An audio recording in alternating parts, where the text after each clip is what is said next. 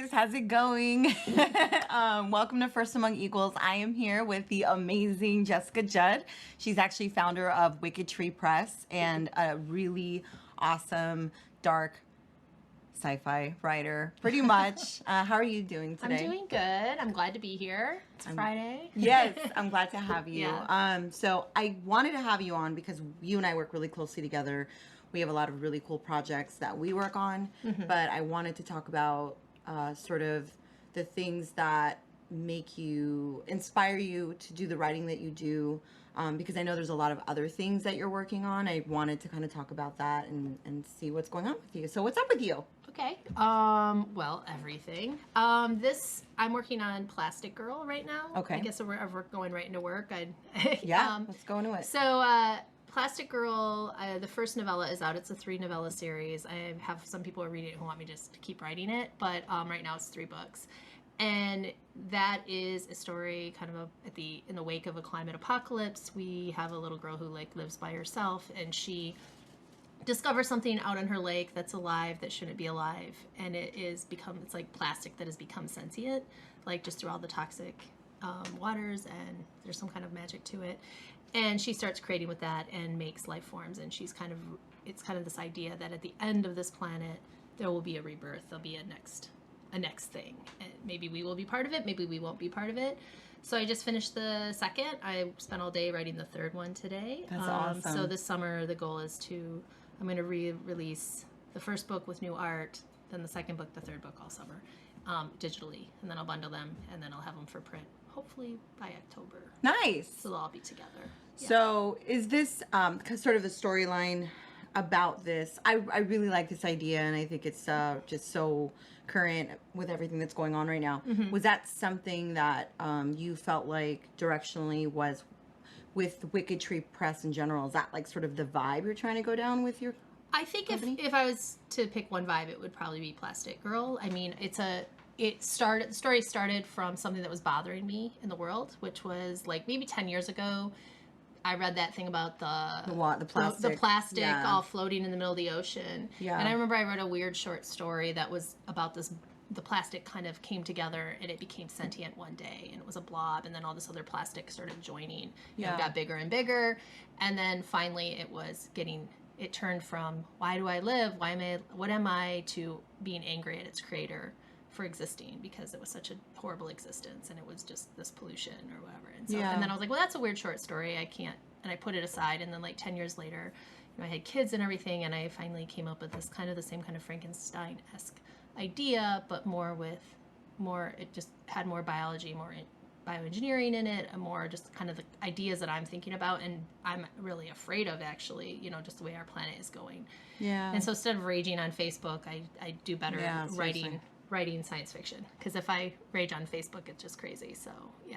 And I think it's really interesting though that you said Frankenstein on it, because I think that you like to like piece things together sort of in that fashion. I never thought about it until you said that. Just in the way that the stylized way that you've created stories, it's always like bits and pieces of maybe like broken things or broken people even.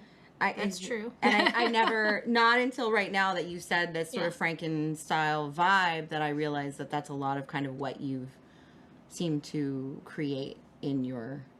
That's that. Yeah. I love the Frankenstein story. Yeah. And then that goes into kind of loving the King Kong story. Yes. And it goes into loving that, that thing that we create, or that humans make, whether it's a situational or it is that we actually made it, and how when it turns on us, how we get so angry at it, but that we really deserve created it. Like who's the monster, who's not the monster. Yeah. So I've always liked that idea, and so I think a lot of times I play with that, even in my darker sci-fi stories, like trying to look at it sometimes from the monster's perspective, even if it really is the monster, like when you deal with like Preemptive Strike. I wrote that story about gun control, and it's like you are in a way with the kid who would be the shooter in that story, and what is. Can you explain that story so people can kind of understand? That was Preemptive Strike was one that I wrote after Parkland, because I was probably on the Daily. I was listening to a psychologist talk about all this calls for increasing mental health and this talk of just institutionalizing people based on what they say online. Yeah. And like and she gave this long talk about how hard it is to institutionalize a person, what's the steps that it takes to get somebody into a facility. And that if we start, opening up that floodgate of just institutionalizing people because they posted something scary on Facebook. She's like, how many angry people young are we gonna men put in? are we going to have institutionalized? And I thought that was interesting because, I mean, it kind of made me think of One Flew Over the Cuckoo's Nest, but not really, because that story is not about that. Yeah. But I get what you mean, though. Yeah, the vibe. Yeah, and it totally. was just the idea then, well, what if we got to the point where we were, I don't want to get totally into the story, but if we were, putting people in, it was almost like this idea of, my brain is forgetting the movie, but the one with Tom Cruise where Minority Report. They kind of watch it go through and they have those oracles and they know if you're going to murder someone and then you get put to jail. And I like that idea of it's preemptive. It's like, we see this behavior. This is where it's going. This is where our artificial intelligence has made it seem like. And then, so what are we, then once we do institutionalize someone who hasn't actually committed the crime yet, what loop are we doing? What kind of treatment are we doing? Once they're in there, what's happening? And then that's a little more interesting to me. So that's what that story is, but it's really short. So. And was that one online and available for people to? Oh yeah, that's at Terraform. Yeah, on Terraform on Vice. And Vice. On Motherboard. Vice. Yeah. Totally. Yeah. That have you been working on anything in terms of? It was so cool that you did the Vice thing. I'm so proud of her. Sorry, I have two stories on that. Can you talk about your other story on Vice? I love Vice. I mean, it's just to get on Vice is such a.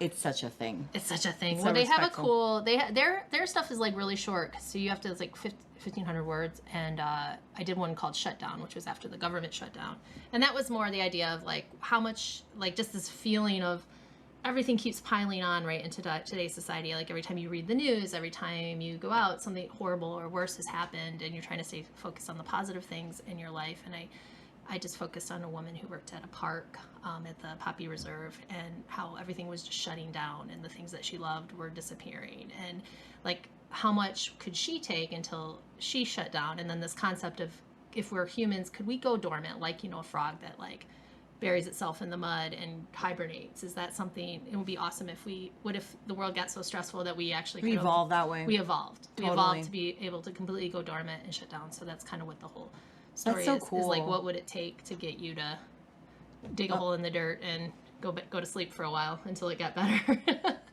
And I love that. So it's weird, totally weird. That was one of my weirder ones. I think the editor actually said, this is completely weird in a way that I totally love, which was because when I sent it to him, I was like, oh my God, this is such a bizarre story.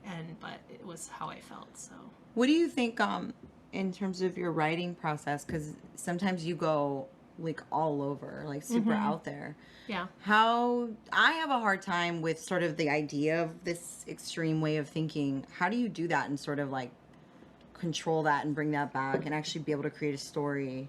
I find that really interesting because it's just really, that's hard. I don't know. I think sometimes I can't do that. Sometimes I have an idea and I try to do it. I'm sure every writer has a million documents started and saved of this idea that they're this is the most amazing, best idea I've ever had. And then I get to the first act, get through the first act of it or the beginning setup, and I'm like, yeah, that's great. And then what? And then that's when you realize if you really can follow that character. Yeah. And I think that's usually what happens for me. And that every script, because I did screenwriting a long time too, and I've had writing partners, is there's a lot of times it has to do with the character. I have to be very careful because I'll have a subject that I want to explore, or a cause or a thing, and if I'm not careful, I'll get sucked into that and forget that I have to find the character that people want to travel with. So you're saying that you kind of get lost in the whole. Yeah, so I'll get lost in that for a while, and if I can find a character, that's what I think I would do. It's finding that character, and once I can find the character that can, lead me through that story, it's almost like a friend. You gotta find a friend, or you're gonna get lost in it. In a weird way. So you write the friend and you befriend the friend. Kind of. Not yeah, that's kind of how it goes for me. That's cool. Yeah, it's you have to, with Plastic Girl, you're with one person who's kind of my daughter, so that makes it easier for me to hang out with her. But yeah, it's, you have to find that personality who you think could deal with that situation and keep going forward. And also that they would look at it in a way that wasn't totally fatalistic. Or, Yeah, exactly. I like to skate on the edge of not nihilism, but where it's really dark and where I feel like I'm gonna plunge in and I want to find that one little bit of hope at yeah, that. the hope, the like, faith. how do you get through that? Because when you think about the climate apocalypse, which seems to become more and more real every single day, Absolutely. Do you want to write something that's just terrifying, or do you want to write something that speaks both to young people and to grown-ups, like, hey, this could be our kid's future, we should probably do something about it just by having the story. Yeah. And then also to the kids, like, you guys might have to be the ones who do something about it.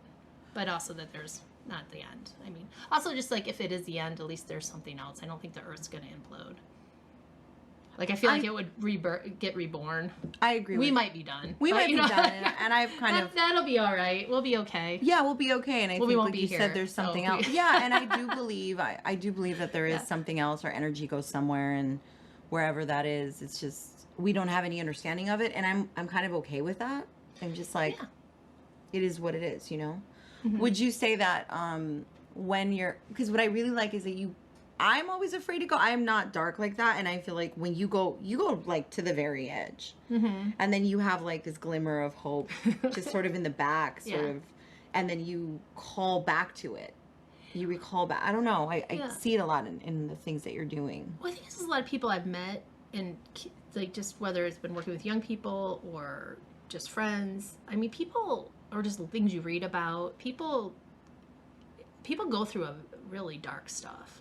Like things that I hear about that I'm like, I mean, we've all gone through our things, but there's people have gone through far worse. Yeah. And they manage, when you see those people who manage to be so positive afterwards, it's like, seriously, it is like kind of, you know, you try to figure out how, because I will end something super dark, but I do get like, if I watch a show or a movie and it's just ends in complete disaster or something like that.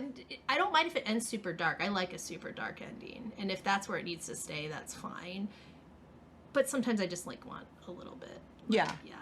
And I'm sure I've written a super dark ending where it's not, you know, there's no answer, but not really, probably. No, I think you always, not always. I mean, it's continuous, but I feel like you always put that seed of like a faith, like a hope seed. The hope seed. A hope seed in the end. A hope seed. Sort of. Like it's, you know, I mean, but I like that you're realistic about it. I don't think it's going like, oh, everything's going to be all right. And I think what I like is that when we've worked together, we've asked these really dark and hard questions, working on a comic together. About sex trafficking. Sex trafficking comic. Like, yeah, I was slowly getting there. I put it right out there. But yeah, it's a sex traffic comic, and you know all those sex traffic comics. Not exactly a sex traffic. It's more about the women, but it's about the women, but it's about that struggle. It's about what's happening and everything. So in saying that, I think we've gotten really dark, and we are both really comfortable with like giving people their what they deserve. What they deserve. Yeah. They're just. That's the word. Just deserve. I was looking for it as you read. So I think it's been really hard to see, like, to understand and see that that's happening, and then go, that's really what should happen to them. And I think a lot of times, it's just not as easy for other people to make those kinds of decisions. Of course, we're doing a story. Yeah, it's not real. We're not really going out and putting the vengeance out there. No, I mean, I think, and I think it's important though, like, because Pistol, the comic we're talking about, is a vigilante story, but the ultimate through line is not necessarily saying that that's going to work. You know, I think ultimately the story is going to question the violence at all. Like, what does it do? I mean, you can go kill every person who has victimized a person, but all that will do is destroy the vigilante.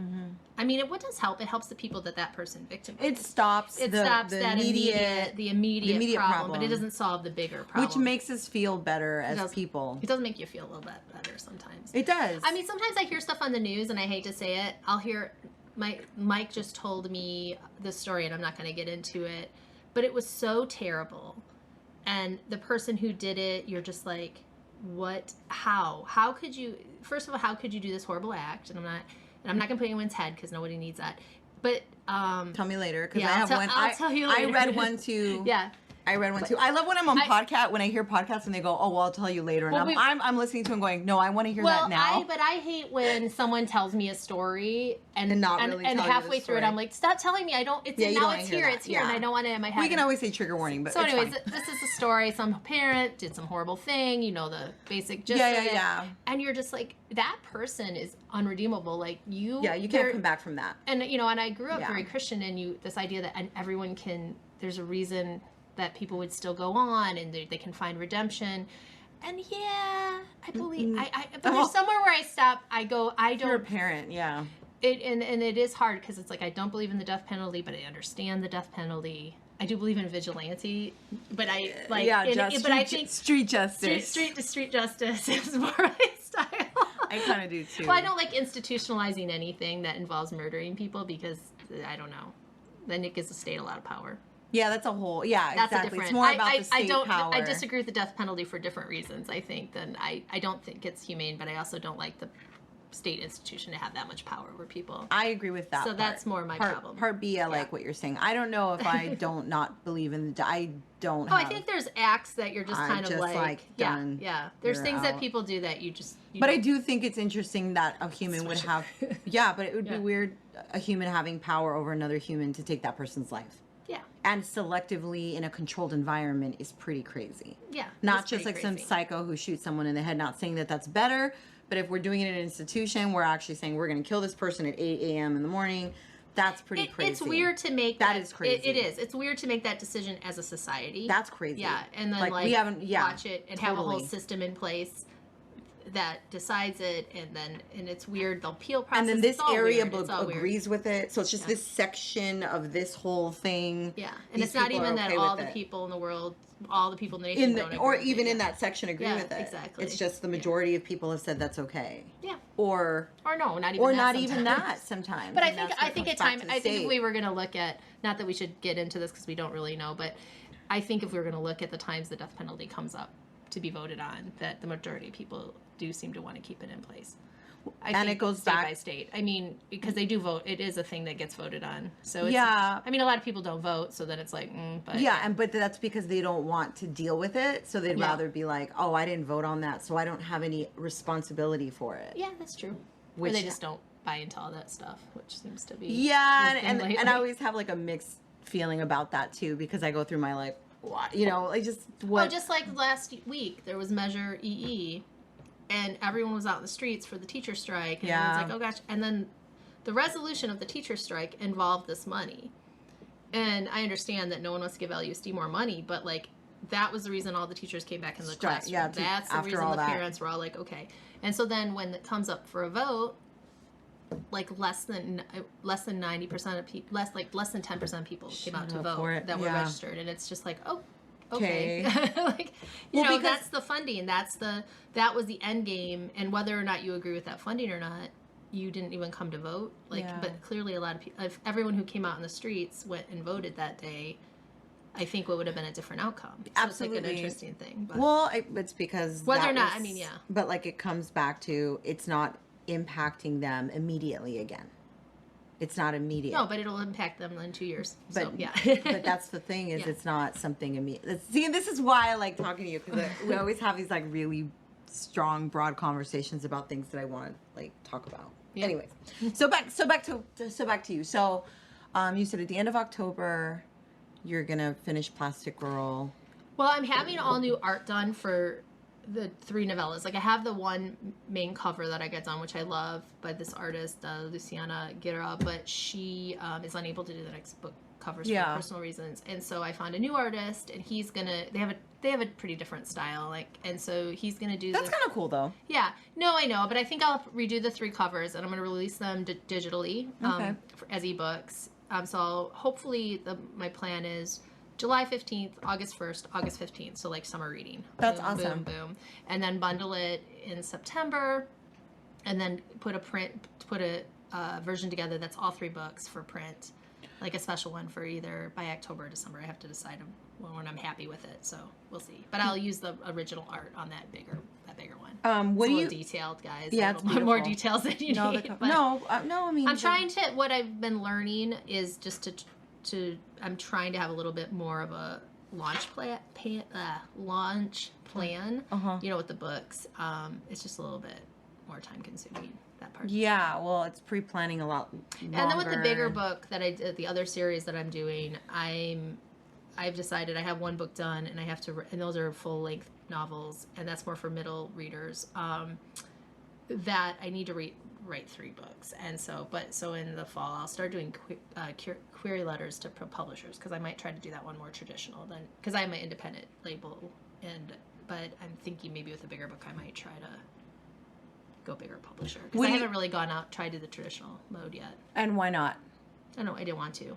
And what do you find is the most challenging part of doing it the way that you're doing it right now? It's just a lot. You have to, when you run your own company, you know, publishing company, you have to do everything. Yep. Like, you're not, you know, not everything. I outsource jobs. Like, I don't edit everything.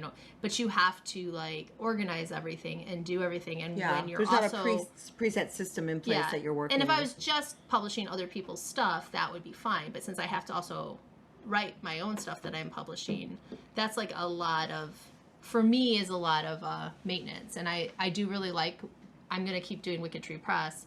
And, you know, my goal is to do an anthology and then start publishing other people.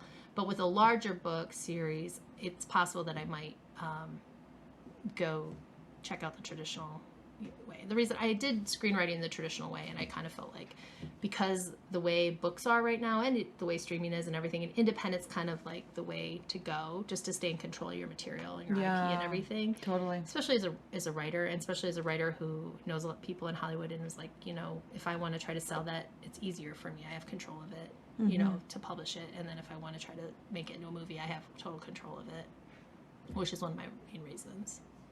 Yeah. Do you feel after the summer, are you expanding on bringing in more writer? Like you said, you were working on an anthology. Yeah, I've been going to things and I've been meeting people, and so like I think I'm gonna try to do the anthology first, and that'll be a good way to find. I know I can reach out to writers that I like. I probably will do 2 anthologies. I'll do a comic one, which we know about, which I'm not talking about yet, but involves kind of monsters, and then I will do a sci-fi speculative fiction one that will probably be all female writers. That's awesome. Yeah, because speculative fiction is kind of it's weird. I hadn't written a short story since high school, probably, because the short stories, I was into them in high school, and I probably wrote one in college. I mean, I must have written one in college, but then I got into screenwriting, and, you know, I hadn't written a short story that long ago. That's a long time ago. I'm not going to say how many years that is, but that's a long time ago. It's not long It was ago. 3 years ago. Yeah. No, and I wrote I remember The Handmaid's Tale came out, and I love Margaret Atwood, and I love that book, and I love that series.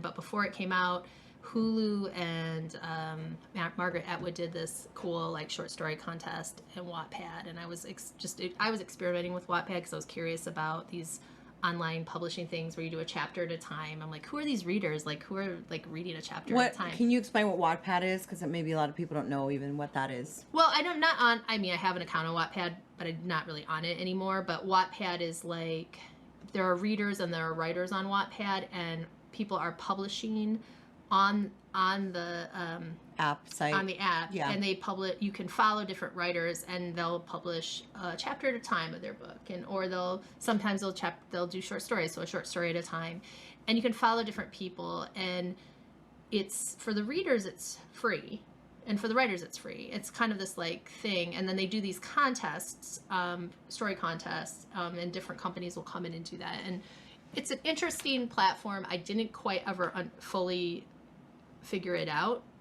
There's always those people who do really well in those things. I actually think you have to be my genre is not that genre. Okay. Because the genre that I was trying to do, now speculative science fiction is, but what I was trying to do at that time was the middle reader book, which I don't think that's not the platform for that, because that's parents. So you weren't in the right lane. That wasn't, but I'm glad I'm glad I do think something like that. I do think there's a place for Wattpad. It's just like figuring out who those readers were, and I think it might be more like young adult. Yeah, it's kind of romance, urban fantasy. Well, I think the frustrating. And when you realize you're just in there, I'm sorry, you realize but it's good to learn it and to know what it is. Sorry, I'm hearing No. you. It's just frustrating because I hear you, because I feel like it's the frustrating part about being an artist. Yeah. Because of that. It's like trying to find your lane and find out where exactly you belong in the Yeah. space. Yeah. And there's all these different, like with us, it was like comicsology. How do we, you know what I mean? Yeah. Like different online places and spaces for us to, for me, it's like I was on Etsy, I'm still on Etsy, and then I'm on this and I'm on that. And it's like some people you see do really well on these like apps or on these things. And then you feel like, oh, I can do that because they're doing really well. But then you're not really thinking about what you need to do as an artist. Yeah. And who you are and your identity. And if your identity matches that platform. Yeah, and whereas I think, because I reached out to some of the writers who are on Wattpad, and that was my favorite part about Wattpad, is I did meet some cool authors on it, but it was just like, I think now that I think the sci-fi short stories is a place that has a place there. I think horror has a place there. I write horror occasionally. It's been a while, but it just wasn't that novel. I was like, oh, I'm gonna explore. I'm gonna figure, and that's the novel that I'm need to write 3. Yeah. And I was like, oh, I'll do a rewrite of it, and then I'll publish it a chapter at a time each week just to get a vibe for it. Yeah. And I just didn't think that at the end of it, there was a few people who were in that genre who were doing good, but I think at the end of it, I was just like, that's not really the thing. But the contests were interesting. And like Handmaid's Tale and Hulu, they did a contest. And so it was like, you could write as many 500-word short stories that were set in a similar, it doesn't have to be Handmaid's Tale, but were set in a dystopian, like, environment for women, and so... Oh, for women. For women. I mean, it was definitely inspired by that. And so I think I wrote 3 or 4 of them, and it was a lot of fun. And you just interacted with, like, the people who were writing the top ones that I really liked. And I found that to be an interesting contest. They sent me a package with like a cool Handmaid's Tale sweatshirt and a book. And cool. So the Hulu gave me a shout out, but I didn't win. I think I was in the top 20, but I didn't make it to the top 10. But it was like a fun. You didn't tell me you got like swag and stuff. I remember you got shout out, but I didn't know you got. That's awesome. No, that's but cool. That was when I realized I'm only telling the story because I was like, oh, it was the first time I'd written short stories in forever. And short story is a whole different beast because you don't have a lot of time. Yeah, totally. And so, then it's great practice because it's just kind of like sharpening. Yeah, and I realized sharpening the saw. And so short stories distract me from my other work because I'll take a break. And what's great about most of my short stories are all going to be a social cause, politically motivated. Not all my stories are, but like that's why I think I probably Terraform likes mine because they have like kind of a news vibe. Yeah, totally. Yeah, and it kind of fits on that platform. Yeah. But so I don't know, but that was what got me back into short story writing, and that was maybe like, what was that? When was I posting about Wattpad? Like that was a while ago. That was like not too long ago. Well, but it was a little bit ago. Was it? I mean, for me it is. Yeah, it was. I feel like it was like 5 months ago, maybe. It was last year. It was. Sure. Oh God, it was at least 2 years ago. Whenever Handmaid's Tale came out, so that was 3. Oh, it was that. It was right when it came out. We're in the 3rd season. Oh my gosh. It was right around then. Yeah. I thought it was. Jeez. Yeah. I clearly have set that project down for a while. Yeah, no, it's fine. I mean, I'm gonna finish it. Eventually. So let me ask you this: when you have blocks, like I always ask this to a lot of artists, is like, how do you unblock yourself when you're actually on a project that you feel like is something that you actually feel like it's gonna finish? You're trying to like complete it. How do you unblock yourself? I don't know. I have a tendency to start a new project, which is not how you should unblock yourself. The reason I'm writing Plastic Girl is because I got blocked. Yeah. And I was like, oh, I'm going to write Plastic Girl. And now I'm writing a whole book series just to avoid the one that I'm blocked on. But that, I don't know. I think. But I guess it unblocked me because I like having like 2 projects. Yeah. Kind of juggling. Well, I always have juggled projects. And that's why it takes me a long time to finish one because I'm usually doing 5. But this Plastic Girl, I've been usually doing 5? Yeah, because I do scripts too. Like, wow. And so. But that's I'm not. intense. I'm not all the time doing 5. You just have 5 at a time that are sort of there. Yeah, like with Pistol, I have to keep writing, or you and Mark will have nothing to draw. Yeah, and then which is a good pressure. So, which is actually really good pressure for you. I should have, in retrospect, should have just finished Pistol because I had it outlined, but I like to just do it slowly. And then, with Plastic Girl, I'm just not letting myself write anything else. I need to finish it, and I know where it's ending, so I've got it all outlined. So I hit 11. The 3rd novella today, I hit 11,000 words. I'll be done midweek, probably with the first draft, and then I'll have to redraft it, and then I'll probably send it to an editor just to get some feedback. So are you trying to hit words? Is Well, that what that's that's about? It's interesting. I didn't know words that. help. As a writer, words help. As like, if you say daily, you want to write so many words. Wow. Cool. I didn't know. Because, and I think like right now the trend, like it's weird. There's all these different weird Trends that happen. trends in I never thought about writing, that. in I know writing styles and trends, but I didn't. I mean, think I don't about... think that. I don't think you should apply the trends to yourself, because like some days I can sit down, like today I probably started at 7 and at 11, so I wrote 4,000 words. Okay. In a very short amount of time for me. But then on another day it'll take me all like the whole time to write 2,000, because I'll get stuck on something. And if I'm writing a script, I usually can write more words because I don't get stuck on scripts as much. But but some people are like, you have to write 4,000 words every single day, and I'm like, I can't do that, because if I tell myself I have to write 4,000 words, I'll block. I know myself. Like you'll block that, knowing that I can say that I'm going to write today for this amount of time. And that will usually get the amount of words I need to get done. I'm more of a time person. I have to say, I'm going to sit during this block of time and I'm going to write and try not to check my email or do anything else. Yeah, deviate from... You check your email, you're done. If I listen to a political podcast in the morning, I'm done. Like, Yeah. I cannot listen to Pod Save America until I'm done writing something. Yeah. Because I'll get all worked up about something else. Yeah, it'll shift and your all the energy focus. goes there. As far as, like, if I can't write, I just... Is it quiet? Do you write quietly? No, I fluctuate. I will write in total silence. I have a tendency a lot to listen to dark, like, indie science fiction scores. Like, cool. I listen to Moon a lot. Okay. And then once... Oh, wow, really? Yeah, like that. I haven't heard Moon, like the Moon soundtrack or whatever. Like the one with Sam Rockwell. Yeah. I listen to that score when I'm trying to get it, but it depends on the vibe I'm trying to get. And then I'll like listen to sci-fi with scores, and like I think when I write my middle reader one, The Unicorn's Return, a lot of times will listen to Pan's Labyrinth score. That's cool. Just because it's like, I'll pick a score that it's like they're not going to be the same at all, my story and Pan's Labyrinth. No, but I get it. The vibe of what I'm trying to write. And then I can't listen to words, people singing. As a writer, you're all score. Yeah. I'm just like looking over at him. That's cool. I never thought about you can't listen to words. I can't listen to words if I'm writing, but I can go to. But then every Wednesday I go to a coffee shop. And that's busy. That's busy. Unless there's people. One guy like last week who's screaming the most obnoxious story in the world, and then I have to leave the coffee shop because a murder will take place. It's well, we've had those annoying coffee shop moments. Why is this person screaming? Yeah, and then you're there and you're just trying to live your life. And you realize that you probably scream with your friends sometimes, but yeah, no, yeah. We're like we can be the obnoxious people quiet. too. We're not perfect.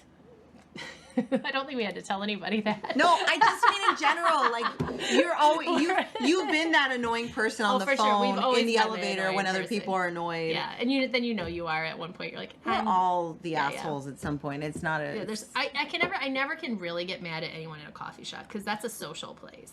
Like if it's great that I come to write, but it is a social place, especially when it hits lunchtime. I'm like, people are like haven't seen each other, they're meeting for lunch. They're doing all that. You're like, can you get out of my space? They gotta tell the big drama in there. But in this particular guy's situation, he was totally lying. And I wanted to be like, what's that guy? that guy who could tell people are lying. And I just wanted to come over and go, all right, guys.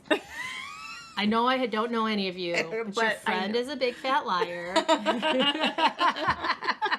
I love it. And then just ruin their lunch. And once I start fantasizing about doing that, I'm like, gotta go. Yeah, you're like, Psycho's gotta go. Well, because he was clearly lying. It was very fun. Yeah. Or at least I think he was lying. I'm sure. I believe you. I think he was lying. I vote yes. Liar. Lying liars who lie. That is so... He was totally ruining this woman's good name. Oh my God. Luckily, they had never dated. He was very clear about that. He was going to ruin her. What a dick. He was going to ruin her good name, but they never dated. I was like, that's the problem. Yep. She never dated you. Yep. That's why you're so upset. He never got over it. That's so funny. He might have said that like 5 times. I'm like, okay, did you guys not date? Let's just like loop around. Keep going around and around. Let's come back to that. That's how you know. I can't believe we're talking about him. My fault. Let's get past this guy. It's fine. So, so back to what were we talking about? I feel like last. He disrupted my writing the other day.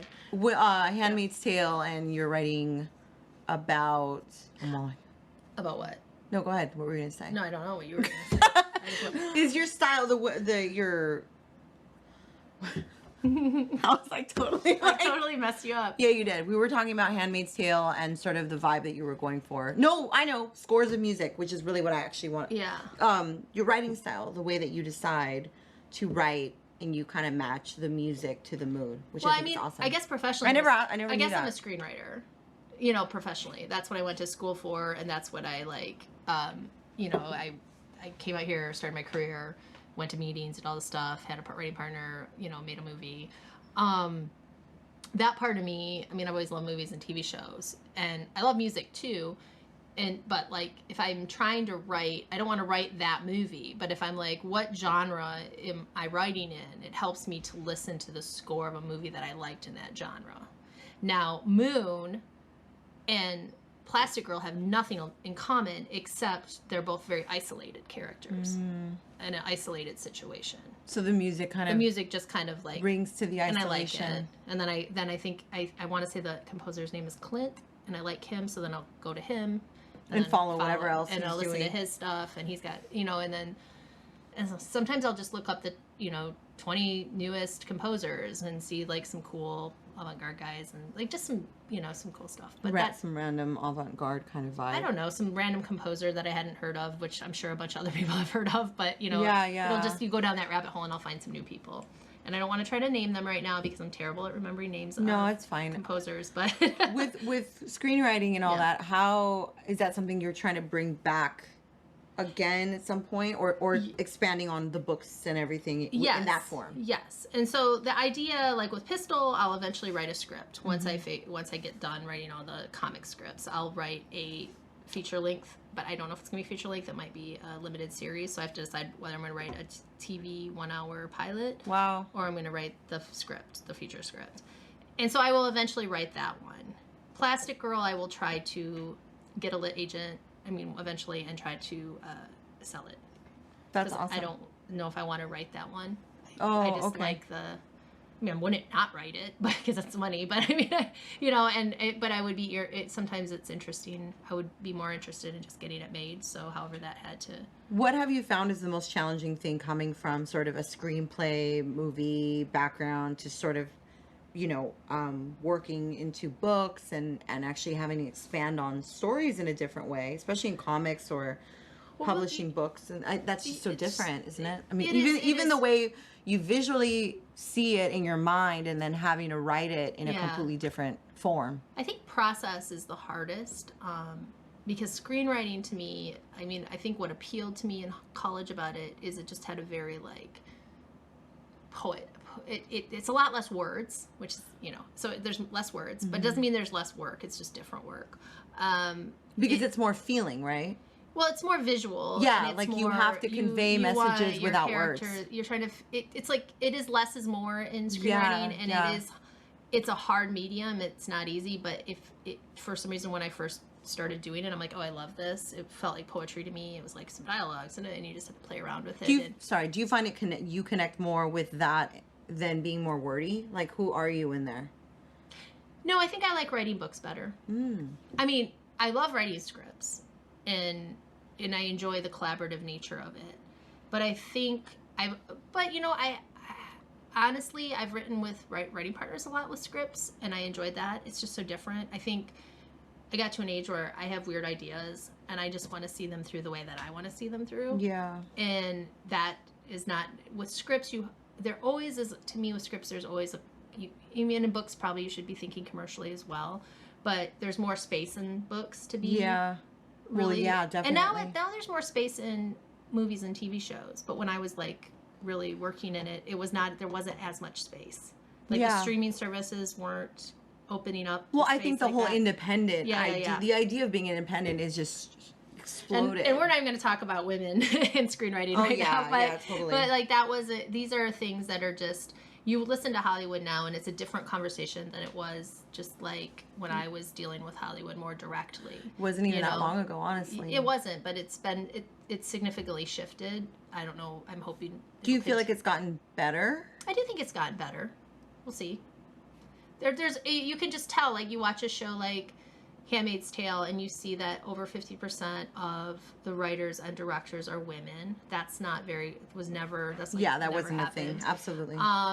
And you see that more and more. You see more female voices and writers. And it's not that they're, you know, when I used to work in development, you know, with people I loved, you would just hear these things like, there's only one good female writer who writes like real scripts. And what they meant was they wrote action or Whatever that thrillers meant or for like them. the big money scripts. And I was like, Which is actually the men. I was like, there's not just one. That's the problem with Hollywood. There's not just one good female writer in that genre, or there's not one good Black writer, there's not one good, you know, Latino whatever writer. it is, yeah. There's just one person you know about.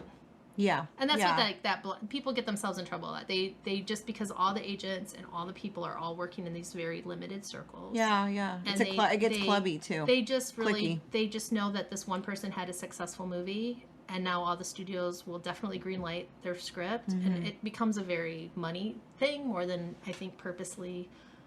Quality of. I don't think it's like they were. Everyone's on purpose, like trying to keep people down. Yeah. All the time, somebody is for sure. But I mean, I think overall, it's just money. It's just like, oh, this one movie did good, and because there were so many white men doing it for so long, they have more successes. Yeah, you know, that's just they had more opportunity. So like they can screw up more. Like more white men can fail because more white men have succeeded because they were given that chance. Totally, and that's just where it happens. It happens with, especially in the gender situation, it happens with women. Like a female director has to do good, or they'll never make that, like just in Hollywood. But now that you have Hulu and you have all these other places that are making movies, these you other platforms. open it up a little bit more, and people are being a little less. It's better. It's better. Yeah. Did you find that you had a lot of issues like that as a woman? I didn't. I think at the time I didn't think so. Right? Like, yeah. You look back, you're like, I was in my wasn't a 20s, problem. and I had a writing partner. She's African American, and we got our agent, and we had this fun script, and we went on a million meetings, and we were having these great. And you're having fun, and you have this positive attitude about it. We weren't getting a movie made, but we weren't not getting meetings, and we weren't not getting. I think when we finally realized that there was maybe a problem was when we were pitching this animation project that we had, and we had done all the art, and we had this producer. It was this action adventure original story, but the lead was a girl, and we pitched every single animation person out there. Like we were working with a producer who used to work at Disney, and in every single meeting, someone basically said, we aren't allowed to, pretty much almost every, maybe with the exception of 3 meetings, we aren't allowed to, my boss just isn't buying any female-driven projects unless they're based on a book. And then, so at that time, it was like they weren't, this was before, like, I kind of dating myself, but this was before Brave and Frozen and all that. And, that one breakthrough that happened. It was like one time it worked, so everyone's like, okay, Suddenly we can now do it we're again. doing it, yeah. Yeah, and, you know, and I would actually almost, and I won't get into out, but what I do remember about that moment was at the time we were like, we had a bunch of meetings with DreamWorks, and we had a bunch of meetings with Sony, and we for sure thought Sony was going to happen. But all the other, we had to rewrite our pitch with our producer to spend like valuable pitch time to talk about female projects like on TV or in like Alias and Buffy, like just things to that show. had broken open and been hugely successful. So we had to have this random part of our pitch, which is like, girl, people do want to like watch the buy-in. Yeah, like the buy-in of like why it's valid, and worthy. The conversation was equally That's like crazy, dude. degrading to boys because they kept saying, you know, well, boys drive movies and girls drive books. Like boys don't read. Yeah, I'm like, boys read. What are you guys yeah. talking about? So it's interesting, but this is a long time. This was a while ago, but it's been interesting to watch the animation world kind of change too, which is cool. Totally. I mean, I'm not like bitter or angry about it, but I think that's when I realized that it might. After the 10th person said it to me in a meeting, like their hiccup seemed to be about the girl character, not the story. That was when I was like, did you just shut off when I said when I said the word she? Yeah. Because then you don't know. And then since creativity is so subjective, you don't know if they didn't like the story or if it was a gender thing. And that's where it's annoying when you have that in the dialogue at all, And for the majority, your main characters are always pretty much female, right? Yeah, I have one. Right? Yeah.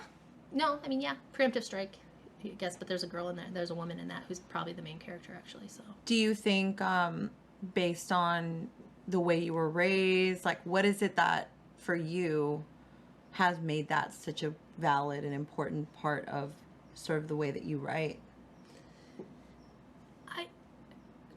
There's a quote, but I can't think of it right now, where, you know, if your complaint is that there's not enough female characters that are strong out there, then you have to write them. Mm-hmm. Like, I have one script that has a male lead, and I like it. Mm-hmm. For some reason, my writing partner and I refuse to ever go out with it. We just have it.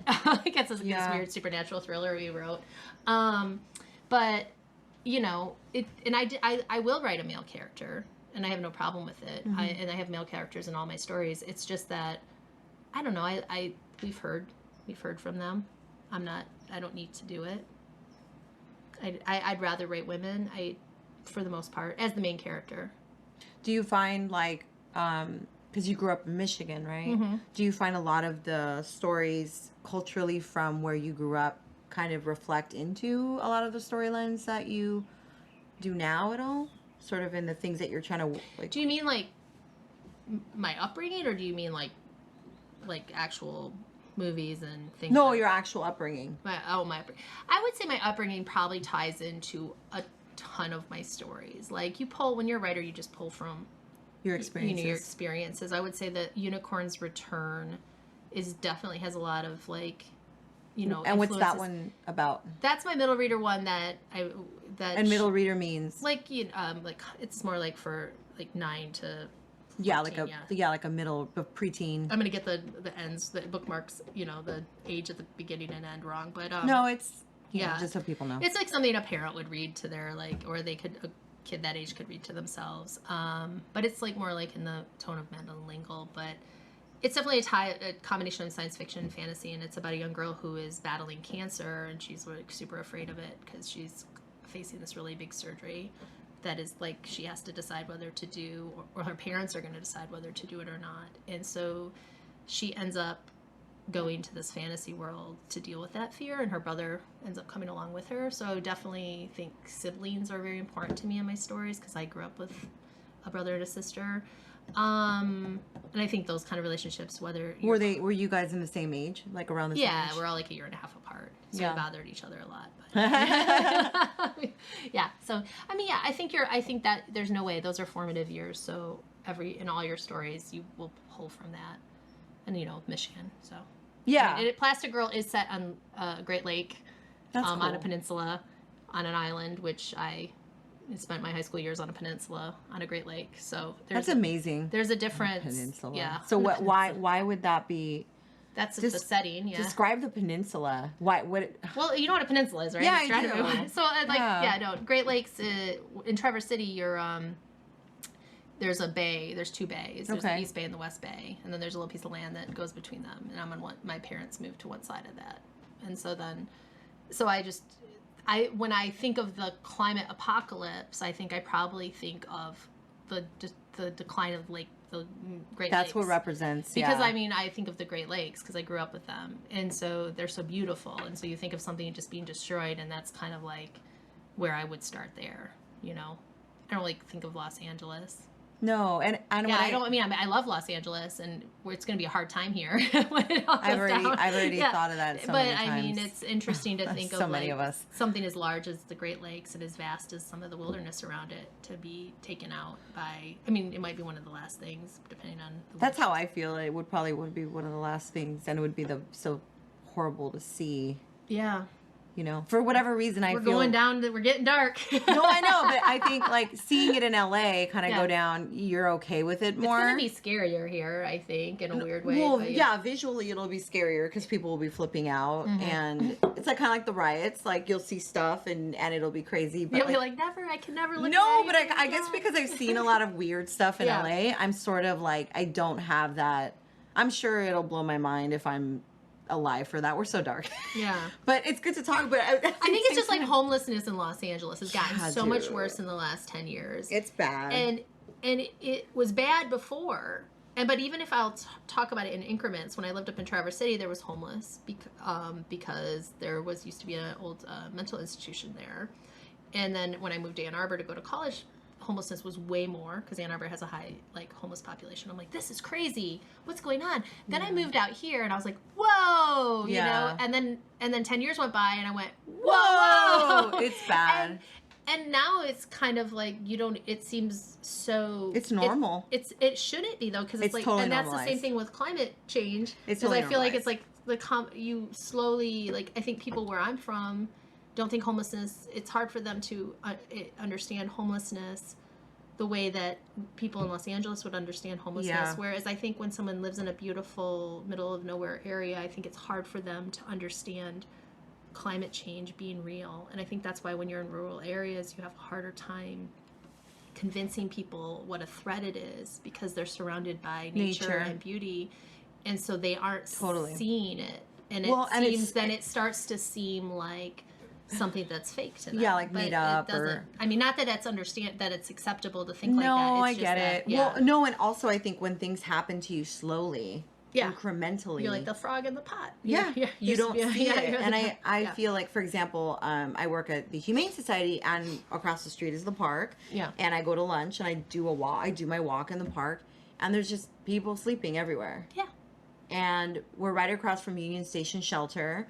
So in the mornings when I go to work, everyone's sleeping all over my stairs when I walk up the stairs to my office. And it's like you just have to move people over and walk up. Like it's so abnormal. There's something so wrong with it. Yeah. But we all walk around LA and it's like, and in fact, sometimes we'll walk through the front and see a whole camp set up in front, and I'm like, I'm not gonna go there. Like I have to walk, and then I walk through the back. Because I'm not. Well, you don't know what you're gonna run into. I don't know what I'm running into. And for the most part, the people there are cool and they're just sleeping there for the night. But every so often we have to like close off our areas because there's this one person who's not a part of the community of just the transient community there, and they're just mentally ill. And it ruins it for all the transients that are just cool and no, really, chilling, they're just chilling. And they know me, I know them, but then there's this one person who's got to sort of ruin it. If you're on the streets, you're in a state of crisis at all times. So like, you could go from being calm to not calm. You could go from surviving and kind of with some normalcy and then losing it, and that's a totally normal progression. I mean, they talk about how to solve homelessness, and they're like they always want to give housing and money to the people most in need, which I've always fundamentally disagreed with. I understand the compassion part of it, totally, but I'm like, so I think you should focus your money on the people who are just becoming homeless, because the more longer you're on the street, the more trauma you experience, and the harder it is to come back, and the more money it costs to help somebody. So it's like, if you help them right away, you're not going to go through like the treatment that you're going to have, the things that you were going to have to do to help someone who's been on the street 10 years versus someone who just got on the street. Totally different. Absolutely. That's my other passion, as you can homeless. Like I used to work, I worked with it a lot, but yeah, it's not a passion. It sucks, but. No, I get what you mean. You're just trying to fix it. I think, and I just saw an article saying that they're trying to turn General Hospital. Did you see that? I know. They're trying to put money in a General Hospital. The one over at Lincoln Heights? The one Lincoln Heights. Into like a shelter and like a community. That's good, because what actually goes on in that place? I don't think it's even. I've always wondered, because I used to drive by there all the time. I think that's what they're trying to use it for. I think they have to, first of all, they have to fix it, repair it, and I don't think it's even being utilized like the way it was anymore. That's cool. Yeah, so that's another option, But I like that we're trying to figure that out, because the housing situation is so extremely. No, there's nowhere. Some of it is this Airbnb stuff. I mean, and I want to just demonize Airbnb, because I'm not against Airbnb. I'm going to stay on Airbnb in 2 weeks, but yeah. I mean, but when you start to think about, I don't mind like someone Airbnb their like side room or their thing but if a whole house that someone could rent and live in, and they just continuously flip it, an investor just continuously Airbnb like a hotel, that I think they need to be paying hotel taxes. I agree with that too. And it's like, because that's been a huge fight. Well, yeah, because you're watching. I've had a couple friends whose landlords have, I live in an area where gentrification is happening and housing values are really high, and so these landlords who have been renting to someone for like 9-10 years are suddenly like, oh, we want you to move out. Well, 9-10 years, you've got kids and you've got this whole thing, and they're evicting them. And can you imagine living in Los Angeles? I mean, I can't. And No. having to find a new place by the school that you're at. No with, way. Like, two No way. kids. That's why they moved to the Valley. Yeah, and you're just like, and it's hardly, it's very stressful. It's stressful as a friend to watch someone go through it, and I couldn't imagine having to do it. And it's like, but the reason they can't find a place is because these people are not renting. They're not offering They're them not that way. Not everybody, and I don't know how many, but it does seem like it's part of the problem for at least like families becoming homeless. You know, it's one of the things that we could do to change it a little bit. That's not the only problem. That's obviously. a whole thing too, That's is the like- whole family homeless thing. Like I think I said this to you before. Mm-hmm. I think it was maybe 5 years ago that I really started seeing families. Yeah. on the freeway, off the end of the freeway, 5 kids and holding a sign, and it's just like that freaks me out. I'm like, that there's not shelter for them. That's crazy. yeah, and that they didn't have anybody in their lives that could figure it out with them. Like at the end of the day, I know that I'm going to be okay. You know what I mean? Even though I'm an only child and I'm this and all these things, I know none of my friends or people in my community would ever let me get to the point where I'm standing on a... But one of the policy problems that causes that, I bet, and maybe they don't have anybody, but is that until you are actually living on the streets, Yeah.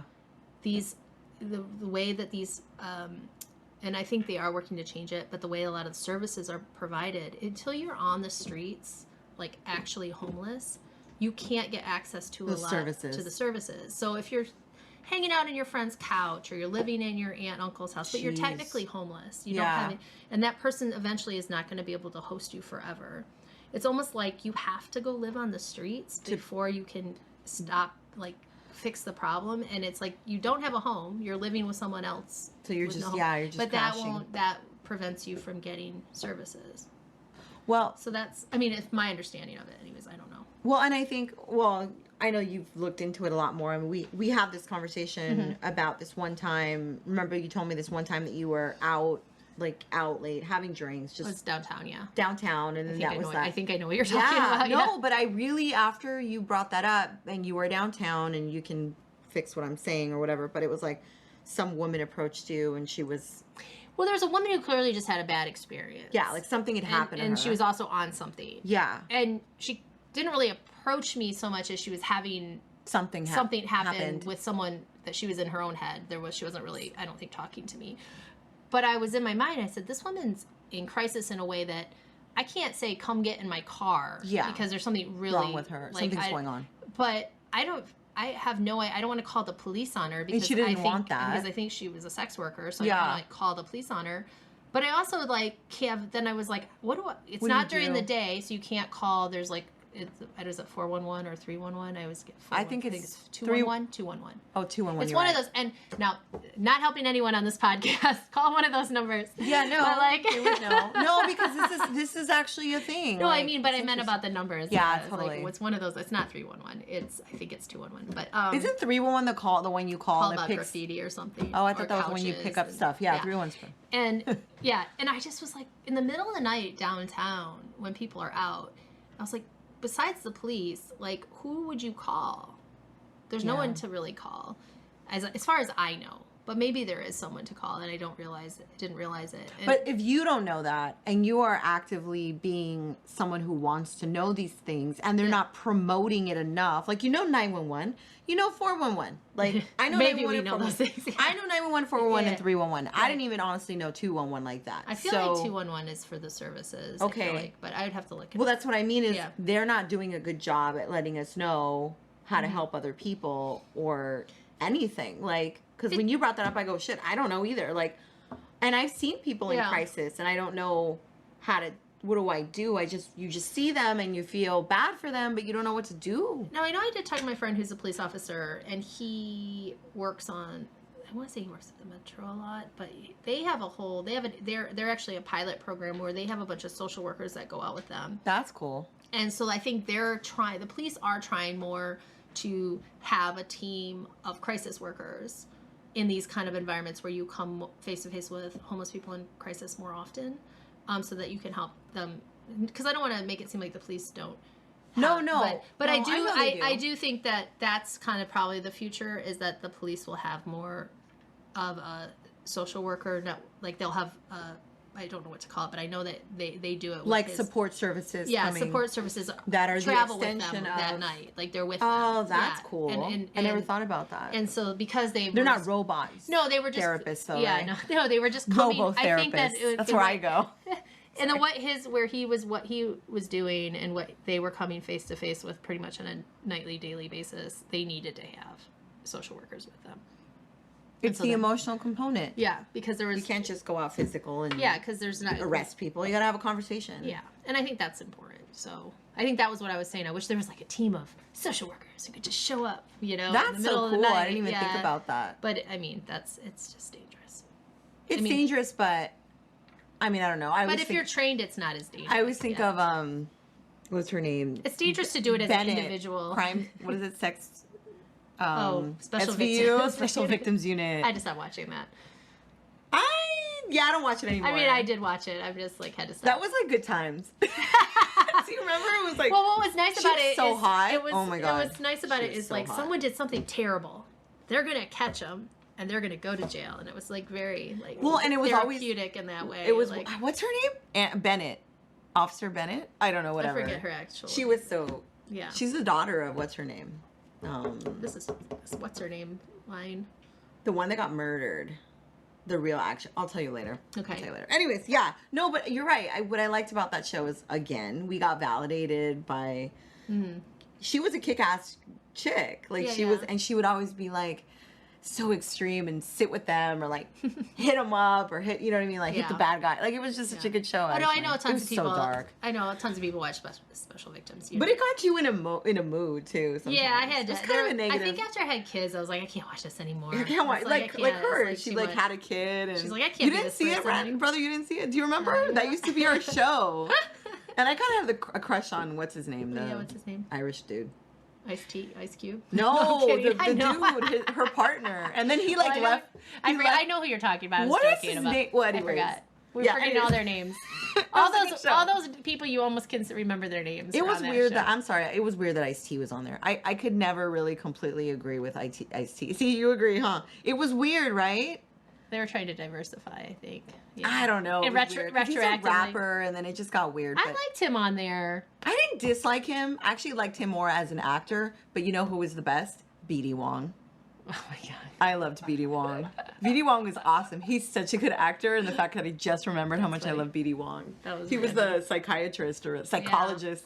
Remember? And he'd always be like, and then once in a while, like, the psycho person would attack him. You'd be like, no! Yeah, how did he always get attacked? Because he was always with the murderers. Yeah, that's true. And then that cute African-American woman with the frizzy hair. It's okay, we're going there, guys. That did the body, that with the coroner or whatever. The coroner, and she'd be like, yes, no. Yeah, everyone was pretty great. And It was a good show. And they always solved it. They always solved it. Life worked out in that way. Everyone got what was coming to them. love it. You know, we like that. I miss those kinds of, it's just those silly shows. It's kind of Well, that's what, Pistol just gets the guys that they don't get caught. Exactly, Like, and that's what I like. She's just cleaning up the garbage. Yeah, so that's what we're talking about, our comic. People, and the Special Victims Unit. Yeah, it was you're right. Yep. I never But thought they never about missed that. anybody. They caught them all. They caught them all. They cleaned caught it all them up. all. Nice little package. And remember, it's like Hollywood. They'd find the sex guy that had the kid in the room right on time, right on before time. the phone cut off, before they lost the signal. No, nothing bad happened. And they'd find all the VHS tapes. I always felt bad for the actors though that were playing. They're such a trauma victim all the time, and you're like, oh god. I guess I didn't feel bad for them. They got their moment. I felt Elaine. No. What, Bennett. you're gonna remember one No, that's person? Elaine Bennis's. No, is that Elaine Bennis? No, that's I'm not gonna that's try Seinfeld? to guess. I'm not gonna try to That's guess. that's Seinfeld. Yeah, stop, Lonnie, stop. Anyways, yeah, it was something like Bennett. I want to say Officer Bennett. Anyways, yeah. So back to the darkness. So anyway, so coming back. So in terms of Wicked Tree Press now, like what do you see it happening in like the next, let's say, a year from now? Like if we were to talk about like what is the goal for it? Well, I think like the goal for the next year is to get Plastic Girl out. I'm hoping it would be awesome in a year if I'd have the entire Pistol first group, but that's a little wishful thinking.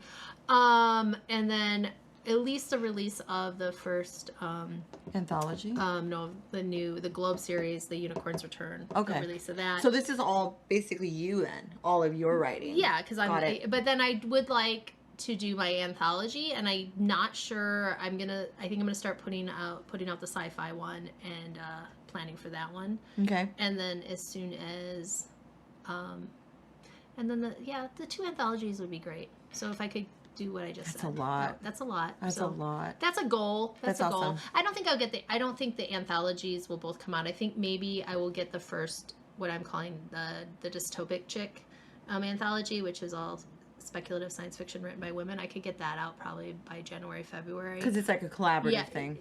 Well, it's just not. There's no art. Okay. And then with the comic anthology, I think that would be more 2 years. Yeah. But at least getting up the submissions, the inquiries to get the submissions to come in. Okay. Yeah. And then if and then hopefully sell Plastic Girl would you say for the movies? Because since this is like more focused on writing and sort of creative writing and things like that, what would you, if someone was listening and they were trying to get into that sort of genre and the realm, what would you say is something that is really important to keep in mind while doing it and sort of trying to meet that sort of goal? Well, now that you've done it, I think the most important thing to remember as a writer, an artist, or anyone is if you have not failed or been rejected, you are not that thing. Like, you cannot say that you are a writer if you have not been rejected, because every writer's been rejected. There's never been a writer who's just like, you're brilliant. I mean, maybe there's some trust fund writer from the 1800s who just like Lord Byron and everyone just loved him. And there's like, I don't know. No, yeah. But like, I mean, back when there was like only rich people could have books, you know? Totally. And so it was like you were predestined to be a writer. But like, I think now, especially in how there are so many places to have your work and to submit your work and to try to do it, I'm like, you have to know that you're going to get rejected and you have to know that you're going to fail. And if you can't handle that, you should do something else. And that's really, I mean, like you have to, I mean, I could get into my rejections, like, but it's not very, I mean, you're going to get rejected. Not everyone's going to like your story. A lot of people are going to like your story, but it's not the thing they're looking for. And then that's what you're constantly doing a lot of times, right? When you're working with people, it's like you have to shift to what this isn't working, but this is working, but this little part you need to kind of... Yeah. And something I'm still not that great about, and I still work at, and even despite having worked in development and TV and in film, is the pitch, like knowing how to be excited about your story and not apologize for it and know how to sell it, even though it doesn't... You know, it's your art. You don't want it to feel like a commodity, but you do need to be able to make someone sitting across from you get excited about it. Yeah. It is a little harder when you write weird stuff. I struggle with it because I write a lot of hybrid stuff. Dude, seriously. So like the minute you really say hard. some things, you can see someone shut up. You got to understand, like some people, if I say sex trafficking to most people, they don't want to read that comic. Yeah. But there's people who do, and they're into it. And so it's not... We did not write a comic that is like for everybody, and so definitely not.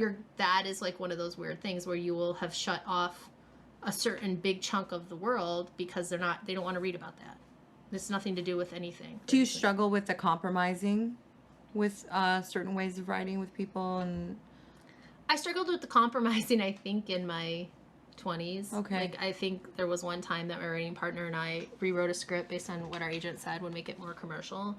And I hate that script. Yeah. Like that, what I'm saying is like, it was like from its infancy to like something that ends and you're like, at the end, you're like, fuck that. Of course. Like, and I think you have to know if someone gives you notes and there's a point.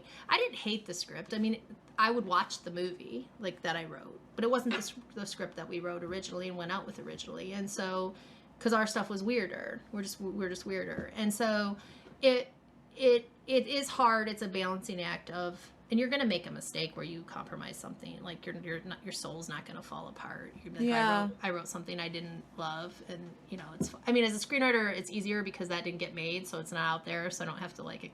I was like listening to William Gibson talk at the Nebula Awards, and he is one of my all-time favorite writers. He wrote Neuromancer.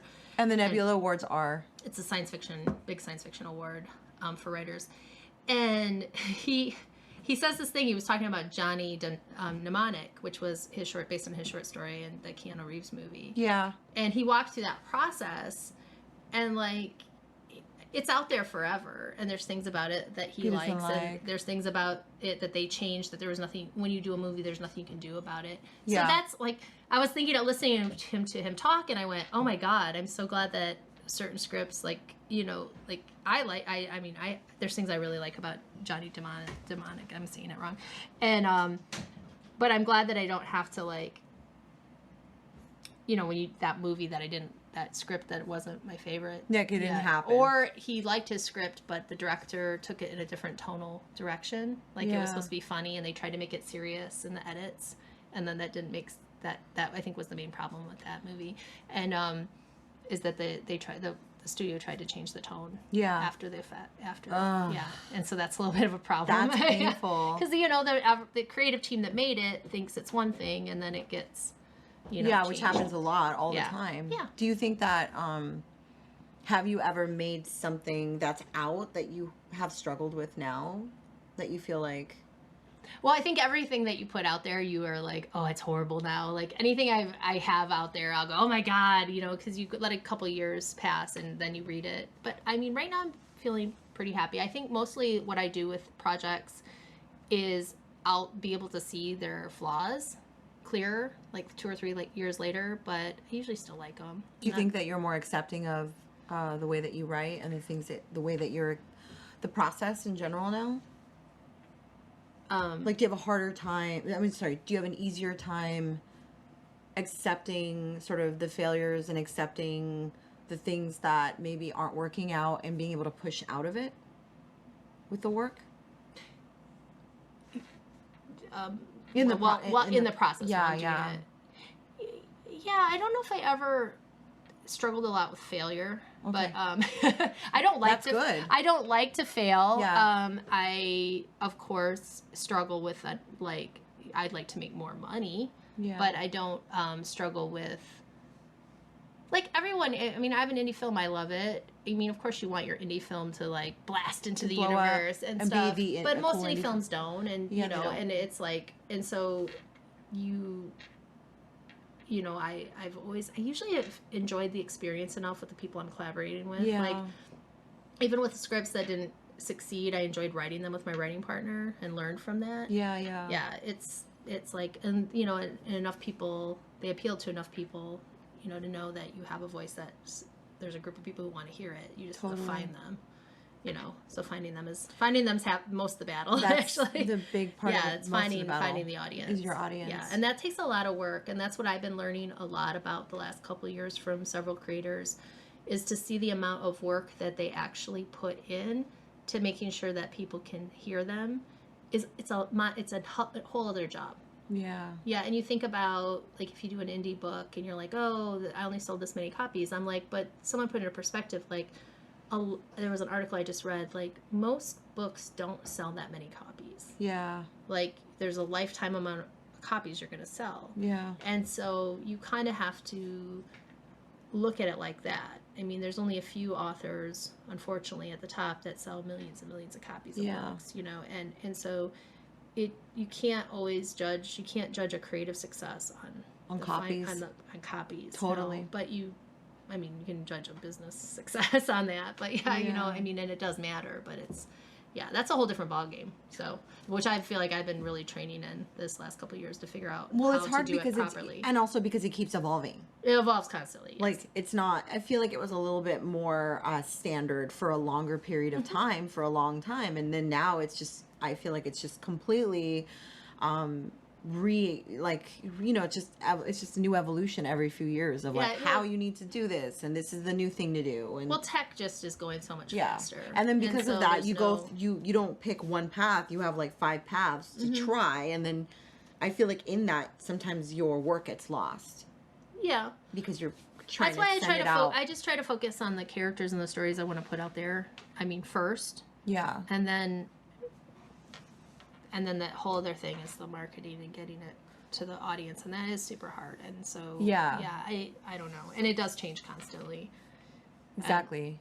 And you watch people like do all these games to try to figure it out, and some of them make sense. Some of them make sense, and some of them don't. And I feel like there's schemes and games. There's schemes, but there are some valid. There are some valid things like making sure you're communicating with an audience and you're fine. But it's also just finding like the algorithms alone on these, like Amazon or anything. Just trying to find the fans who would like your books is a whole game. like getting the right people to review it, making sure that it's hitting that, you know, that sweet spot. The spot where your people who would read your book would see it. Well, and I think the hard part and then is there's money that people put into ads that you don't even think about as a that's creator, true. as an indie creator. That's a whole other. Like, I listen to these guys, and the guys who are selling enough books to make a living on Amazon, as indie creators, are spending thousands and thousands of dollars in ads a month. Totally. And it's just like, it's like if you look at how much they're spending to make it, yeah. you have to be able to invest that. And if you can't, yeah, like it, and I also learned you need to have enough books. Like, to spend $10,000 in Amazon ads and having one book. Yeah, forget it. Yeah. Is like, you need to have a library. You might just be. Yeah, so it's just taking your time, I think. Okay, so final question is, you're on here because this is First Among Equals, and the question that I usually ask people is, what do you think that you're really trying to work on and be first in whatever you're working on right now? Like, what am I trying to be first in? Yeah, like, what is it that's your main goal? What's the message, the overall message that you're trying to, like... Well, I think I've, like, looked back a lot on my writing through the years, and I think now that I've returned to speculative sci-fi, I know that I have things to say about the future, and I, like, put it on pause for a long time, because it's what I started writing in college, and it's, like, getting to be a voice in that world as a futurist in a weird way, about, like, through my stories, just about how I kind of see the future, and also just to hopefully, like, when the best speculative fiction writers really make people think about, you know, what we could do to prevent something really bad, or, you know, or just to makes you think about the current, like, what are we doing wrong, like, what are we doing right now that so reflecting on. Yeah, but I think for me, I would say, as far as an artist or a writer, is I don't know if there's something first I want to do. I mean, but I just feel like I want to make sure that I put out the ideas that I have about these subjects. You know, whether they're hugely successful or not it would be nice. I would like to at least have 100,000 people reading me. That would be great. Yeah, that's great. Yeah. I mean, but that's going to take time. Yeah. You know? But it's like, you don't want to I still want to shout into the void. You know what I mean? You want to communicate with somebody, other people, not just like but I also, like, as a parent, want to leave something that my kids can read and go, that's what Mom thought, you know, because they'll know. That's so cool. Yeah. When I'm dead. Fucking dark. I was like, you can read it at my funeral. I got all heartwarmed. I was all heartwarmed, and then suddenly she's like, when I'm dead. Which was, I just love the idea. Okay, can we go back to the heartwarming? Of me being dead? No, I love the idea. My daughters are like, no, I love the legacy. I love the idea of the legacy I think legacy is important. Yeah. Like, because that's the reason people write. Yeah. I mean, not that you need to be immortal, but that the people that you know and the people you were trying to talk to can remember your ideas. Yeah. Yeah. That's probably it. Aw, were you going to cry? That was beautiful. Then I'm a brat. And you're a brat. So that's how we're going to end this. Thank you, Jessica, so much for coming. Yeah, love it. Thanks for having me. This has been such a pleasure. Can anyone find you at? Well, I'm wickedtree.com. wickedtreepress.com. I always do that. And I'm at Dandelion451 and that's on Instagram, and at Wicked Tree Press on Facebook. Awesome. And Fear the Pistol as well. Oh, yes. I'm sorry. At Fear the Pistol. It's all good. On Instagram. With like a flower, not like the gun. Yeah, so it's PISTIL. Yep. I post less on that. I'm working on it. It's all good. Just so you know, you can, like, find her and us and we. Yes, exactly. Anyway, so thank you guys again for listening, and we will see you next week.